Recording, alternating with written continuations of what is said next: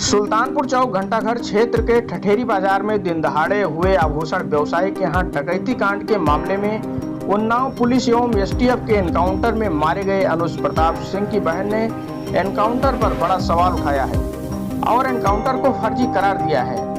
मृतक अनुज की बहन ने मीडिया से बात करने के दौरान बताया कि अभी तक तो हम लोगों ने कुछ नहीं बोला, लेकिन मैं अब आपको सच्चाई बता रही हूं कि मेरे भाई को विपिन सिंह और विनय शुक्ला ने प्रलोभन देकर फंसाया है।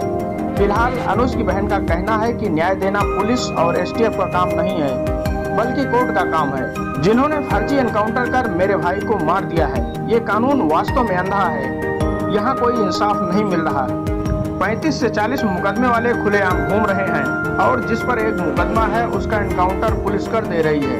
अगर एनकाउंटर होता तो पुलिस वालों को भी मरना चाहिए था। मेरा भाई निर्दोष था, उसको फर्जी एनकाउंटर में मारा गया है। सरकार के एनकाउंटर करने का रवैया ठीक नहीं। डकैती में शामिल सभी का एनकाउंटर होना चाहिए। सजा देने का काम कोर्ट का है, एसटीएफ का नहीं। मेरे भाई को विपिन सिंह और विनय शुक्ला ने फंसाया है। सर, हम यही कहना चाहते हैं कि पुलिस की वर्दी दी गई है तो उसका गलत फायदा न उठाएं। जिसके ऊपर 36 केस है उसका भी इनकाउंटर करवा देते, जिसके ऊपर एक केस है बेगुनाह है उनका भी इनकाउंटर करवा दिए हैं ये लोग। अगर इसमें 15 लोग शामिल हैं, 14 लोग शामिल हैं तो सबका इनकाउंटर होना चाहिए। ये जो दिखाते हैं ना, ये कानून वास्तव में अंधा है, कोई इंसाफ नहीं मिल रहा है। हम लोगों के ऊपर क्या बीत रही है, हम लोगों की माँ भी नहीं है, पिता हैं हमारे बड़े भाई थे। अगर हमारे पिता कुछ हो गया तो हम लोग सारे कौन थे? हमारे भाई ही तो थे। उन लोगों ने उनका भी बेरहमी से एनकाउंटर कर दिया। हम यही चाहते हैं कि सबका एनकाउंटर हो, इंसाफ मिले। इस सरकार में हम अभी तक तो सरकार के खिलाफ कुछ नहीं बोल रहे थे, लेकिन वास्तव में जो हो रहा है बहुत गलत हो रहा है। ये नहीं होना चाहिए, चाहे फिर इसमें विपक्षी पार्टी हो या फिर कोई भी नेता हो, जो करवा रहा है बहुत गलत करवा रहा है। हम लोगों को इंसाफ मिलना चाहिए, ऐसा नहीं होना चाहिए था। जो किए हैं बहुत गलत किए हैं। भगवान तो उनको सजा देंगे ही, लेकिन उनको भी सजा मिलनी चाहिए कानून की तरफ से। अगर कोई गुनाह करता है तो उसकी सजा कोर्ट देता है, ना कि पुलिस ऐसे एनकाउंटर कर देगा। आपके भाई का क्या स्वभाव था, किस तरह से, कैसे आप लोगों के बीच में रहते थे वो? सर, हमारे भाई का स्वभाव एकदम सरल था, पढ़ने लिखने में भी अच्छे थे।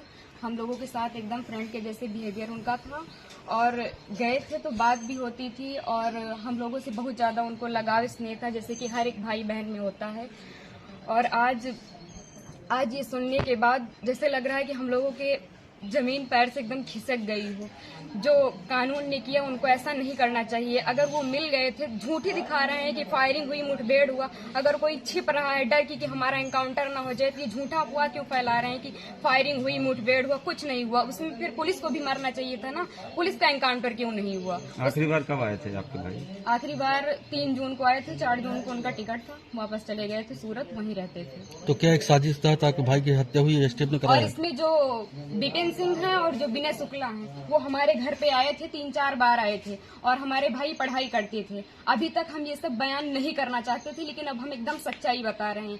वो लोग उनको लालच देके कि ऐसा गाड़ी होगा, बंगला होगा, वगैरह वगैरह, जबकि भगवान का दिया सब कुछ हम लोगों के पास है, सब कुछ है। लेकिन फिर भी उन लोगों ने लालच दिया, और लालच में ले जाकर उनको सूरत में एक केस में फंसा दिया। उसके बाद वो थे कि नहीं थे न ये हम लोगों को पता है। ये तो सिर्फ जिन लोगों ने करवाया उनको पता है, विपिन सिंह और विनय शुक्ला को, और या तो भगवान को पता है वो सच था कि झूठ था। अब तो एनकाउंटर कर ही दिए हैं, जीवित तो कर नहीं सकते हमारे भाई को।